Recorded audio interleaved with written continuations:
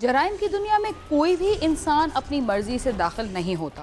हालात और वाक़यात उसे ऐसे लोगों से मिला देते हैं जो जराइम को भी एक कारोबार समझते हुए दूसरों को भी इसमें शामिल कर लेते हैं। मगर हर इंसान जराइम की दुनिया में दाखिल होते वक्त ये बात ज़रूर जानता है कि वो जिस राह पर चल पड़ा है उसका अंजाम इंतहाई भयानक होगा, लेकिन तब तक बहुत देर हो चुकी होती है। इसके बावजूद जराइम की तारीख में हमारे सामने कई ऐसे नाम हैं जो सारी ज़िंदगी जराइम में मुलविस रहे, मगर आखिर में उन्होंने इस ज़िंदगी को छोड़कर बहुत सारे लोगों के साथ अपनी बेहतरी का रास्ता अपनाना ही बेहतर समझा।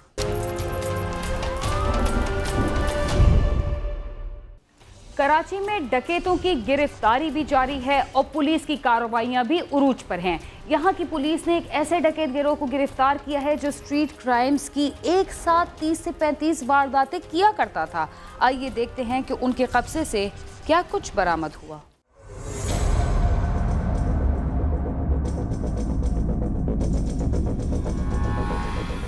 स्ट्रीट क्राइम की वारदातें कराची के शहरियों के लिए किसी अजाब से कम नहीं। शायद ही इस शहर में कोई ऐसा खुशनसीब फर्द हो जो डाकुओं का शिकार न बना हो। ऐसा क्यों ना हो जब डकैत लोगों को टोलियों की सूरत में लूटें, एक दिन में 3 दर्जन वारदातें करें और फिर आराम से अपने ठिकानों पर भी पहुंच जाएं। लेकिन जराइम पेशा अफराद चाहे कितने ही चालाक क्यों ना हो, एक न एक दिन कानून के शिकंजे में आ ही जाते हैं। यही कुछ हुआ जमशेद क्वार्टर्स थाने के लॉकअप में जख्मी हालत में पड़े इन डकैतों के साथ, जो कई अरसे तक शहरियों को लूटते रहे, लेकिन बिलाखिर वो अपने दीगर 2 साथियों के साथ कानून के हत्थे चढ़ ही गए। पुलिस के मुताबिक मुल्जिमान इस्माइल नामी शख्स को लूट कर फरार हो रहे थे कि उसने गश्त पर मौजूद पुलिस मोबाइल को इस वारदात के हवाले से आगाह कर दिया, जिसके बाद पुलिस ने डाकुओं का ताक़ुब किया और उन्हें एक बंद गली में महसूर कर लिया। मुल्जिमान ने पुलिस पार्टी पर फायरिंग करते हुए भागने की कोशिश भी की और इस दौरान वो एक इमारत में भी दाखिल हो गए। ताहम पुलिस ने मुकाबले के बाद 4 मुल्जिमान को जख्मी हालत में गिरफ्तार कर लिया। देखिए, मोबाइल हमारी पेट्रोलिंग पर रूटीन का गश्त कर रही थी, तो वहाँ पर एक शख्स था, उसने आके बताया कि अभी अभी मुझसे जो है वो 4 अशखास 2 मोटरसाइकिलों पर सवार थे। उन्होंने जो है मुझसे चेन, पर्स और मोबाइल फ़ोन अभी छीना है और छीनने के बाद उसने बताया कि वो गली के अंदर गए। मोबाइल ने उनका ताक़ुब किया है तो जब वो गली में गए तो आगे से एक बंद गली थी और बंद गली में पहुंचने के बाद डाकुओं ने जो है वो पुलिस के ऊपर देखते ही जो है वो फायरिंग की है। फायरिंग के तबादले में 2 डाकू जो हैं मौके पर ही ज़ख्मी हुए हैं और जबकि उनके 2 साथी जो थे वो उस बिल्डिंग में 5 मंजिला बिल्डिंग के अंदर दाखिल हो गए और दाखिल होने के बाद फिर उन्होंने वहाँ से अंदर से कुंडी लगा ली और कुंडी लगाने के बाद फिर उसमें से जब पुलिस की मज़ीद नफरी बुलाई गई और उस बिल्डिंग को कॉर्डन किया गया तो पीछे से एक मुलजिम जो था उसने छलांग लगा के वो भी नीचे गिरा, जिससे उसकी भी टांगें टूट गई हैं। चौथा मुलजिम जो था उसको फिर अंदर गिरफ्तार कर लिया। मुल्जिमान की गिरफ्तारी कैसे अमल में आई और वो किस जगह पर रहकर कार्रवाइयां करते थे?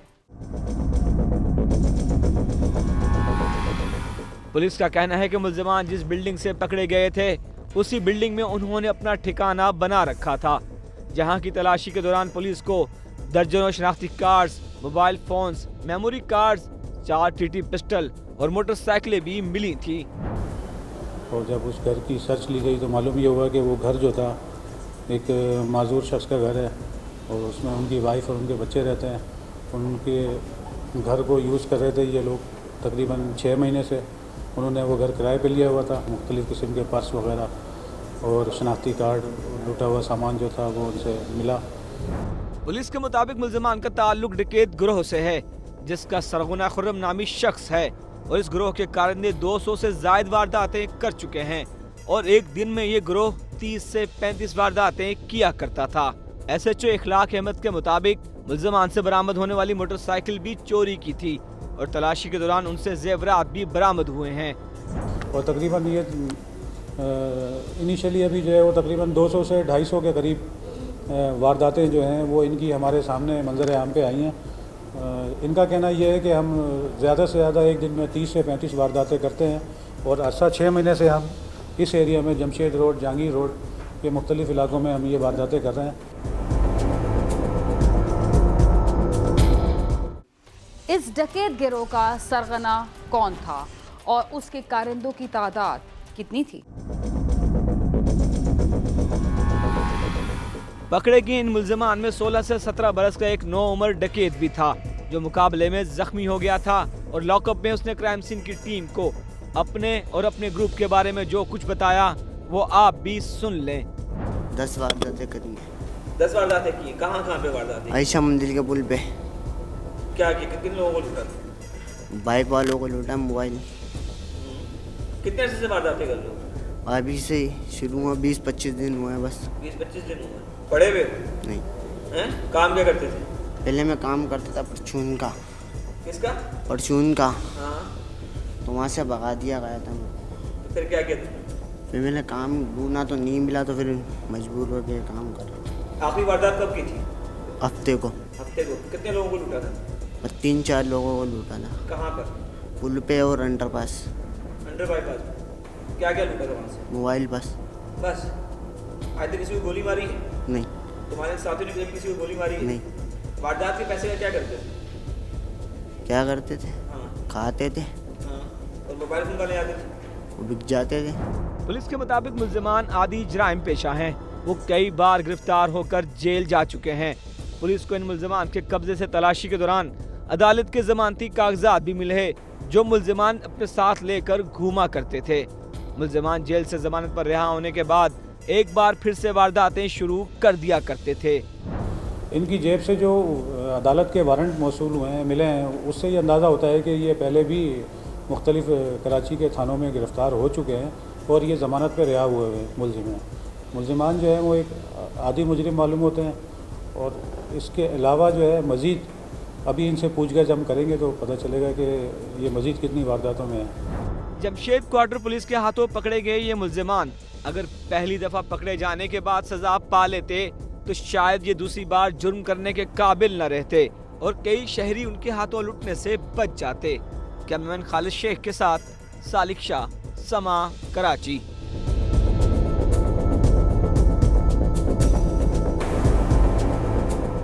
कराची की पुलिस जिस तरह जराइम पेशा अफराद का पीछा कर रही है, इस तरह शहर में जल्द ही अमन व सुकून दोबारा लौट सकता है। प्रोग्राम क्राइम सीन में वक्त हुआ एक मुख्तसर से वक्फे का, तब तक आप समा के साथ ही रहिए।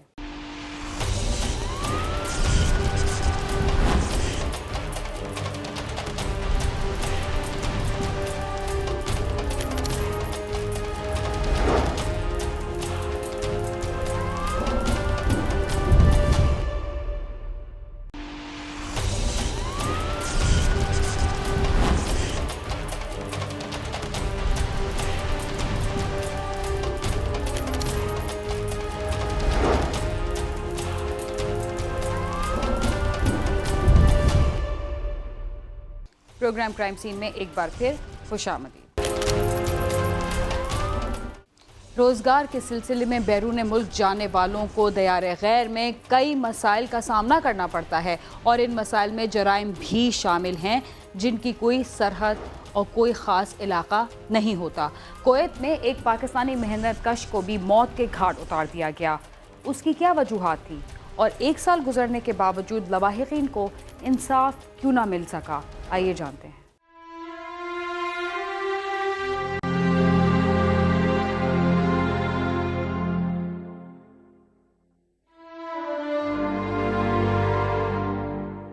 खानीवाल की तहसील मियां चन्नू के रहायशी गुलाम सरवर की तलम्बा रोड पर वर्कशॉप है। उसका बेटा बादल ही चंद साल कबल रोजगार के सिलसिले में कुवैत चला गया, जहां एक कंपनी में वो मैनेजर के ओहदे पर मुलाजमत करने लगा। इसी कंपनी में गुजरांवाला का रहायशी अब्दुल मजीद और फैसलाबाद का रहायशी हाफिज जवेद लेबर सप्लाई का काम करते थे। अबाद अली से कबल कंपनी खसारे में जा रही थी। अबाद अली की मेहनत से कंपनी को फायदा हुआ और अब्दुल मजीद और हाफिज जवेद की कारकर्दगी खुलकर सामने आ गई। दोनों ने अबाद अली को तंग करना शुरू कर दिया, जिस पर अबाद अली ने ये कंपनी छोड़कर अपना काम शुरू करने का फैसला किया तो अब्दुल मजीद और हाफिज जवेद उसकी जान के दर पे हो गए और उन्होंने अबाद अली को धमकियां देना शुरू कर दी। 2 दिन पहले ਉਹਦਾ ਫੋਨ ਆਇਆ ਵੀ ਇਸ ਨਾਲ ਮਤਲਬ ਮੇਰੇ ਨਾਲ ਥੋੜਾ ਮਸਲਾ ਬੰਦਿਆਂ ਦੇ ਨਾਲ।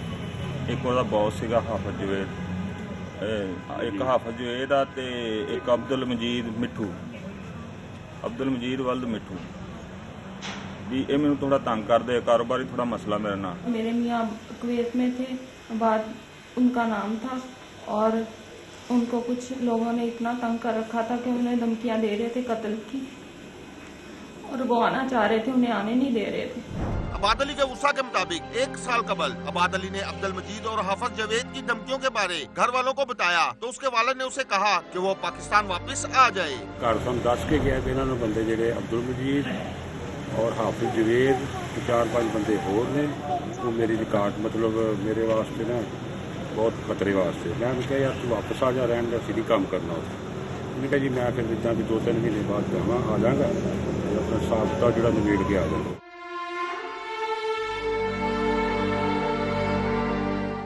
इबाद अली निहायत परेशान था। घर वालों ने उसे वतन वापस आने को कहा। वो वतन तो वापस पहुंच गया, मगर जिस हाल में पहुंचा उससे घर वालों पर क़यामत गुजर गई।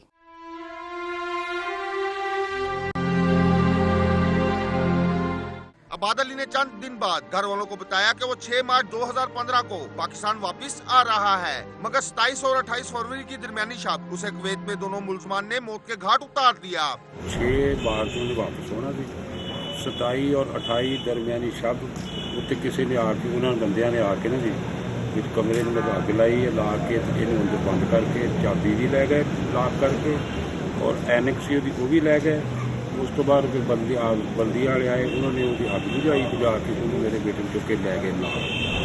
उर्सा ने इतला होने पर मैयत को पाकिस्तान लाकर सुपुर्द खाक कर दिया। जब वो गए और उन्होंने हमें बताया था कि वो इतना तंग कर रहे हैं कि वो मुझे कत्ल की धमकियां दे रहे हैं, और फिर हमने उन्हें आने का कहा तो कह रहे थे मैं सैलरी दे के फिर ही आऊँगा, ऐसे नहीं मैं आ रहा। और जब कुछ दिन के बाद ना उन्होंने आना था तो उन्होंने उन्हें कत्ल कर दिया। फिर उन्होंने कत्ल कर दिता। सानू इंसाफ चाहिए, ਉਹਦੇ ਕਾਤਲ ਜਲਦੀ ਤੋਂ ਜਲਦੀ।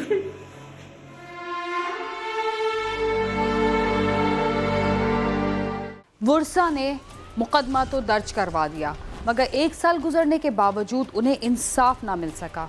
आखिर इसकी क्या वजह है, आइए जानते हैं।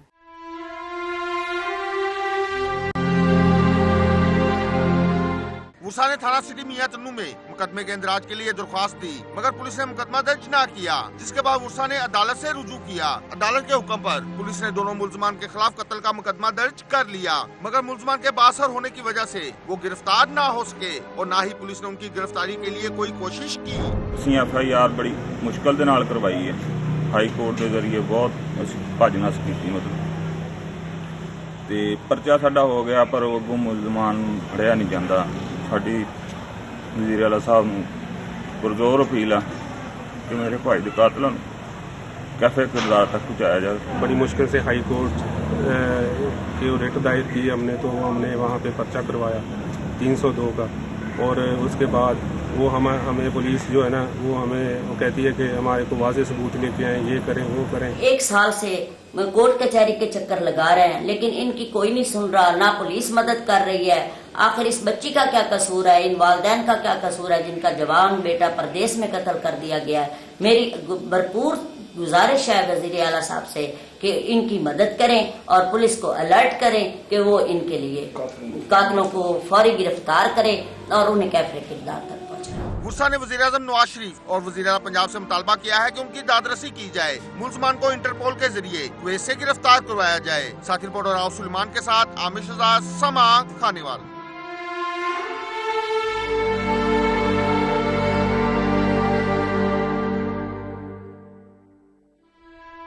2016 के पहले ही माह के दौरान कराची में 3 बैंकों को लूट लिया गया। गुलिस्तान जौहर, कोरंगी और फिर सच्चल के इलाके में डाकू 60 लाख रुपए ले उड़े और तीनों बैंकों पर तैनात सिक्योरिटी गार्ड्स डाकुओं के सामने बेबस रहे। देखते हैं ये सब कुछ कैसे हुआ।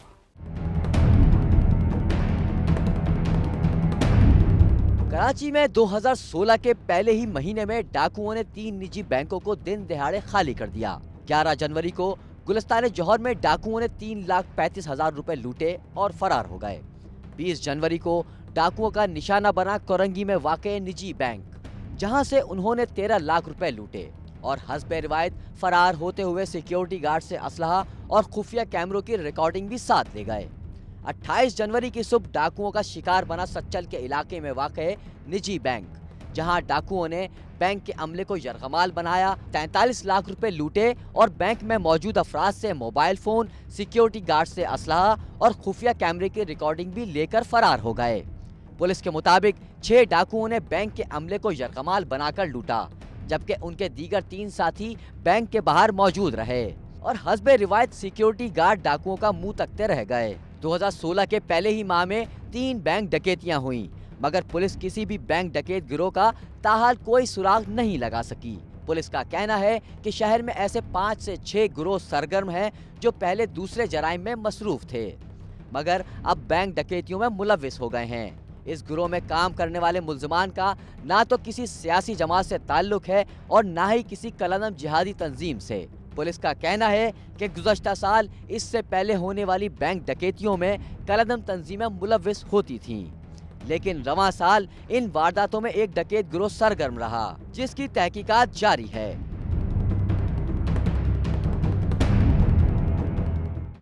मुल्क भर में दहशतगर्दों और जराइम पेशा अफराद के खिलाफ कार्रवाइयां तेज कर दी गई हैं। इसके बावजूद सड़कों और गलियों में होने वाली जराइम की वारदातों पर अभी मजीद काम करने की ज़रूरत है। इसके साथ ही क्राइम सीन अपने इख्तिताम को पहुंचता है। अगर आप हमसे रब्ता करना चाहते हैं तो हमारा पता है cs@sama.tv। इसके अलावा फेसबुक और ट्विटर पर भी हमसे रब्ता कर सकते हैं। बीना खान और क्राइम सीन की टीम को इजाज़त दीजिए और देखते रहिए समा।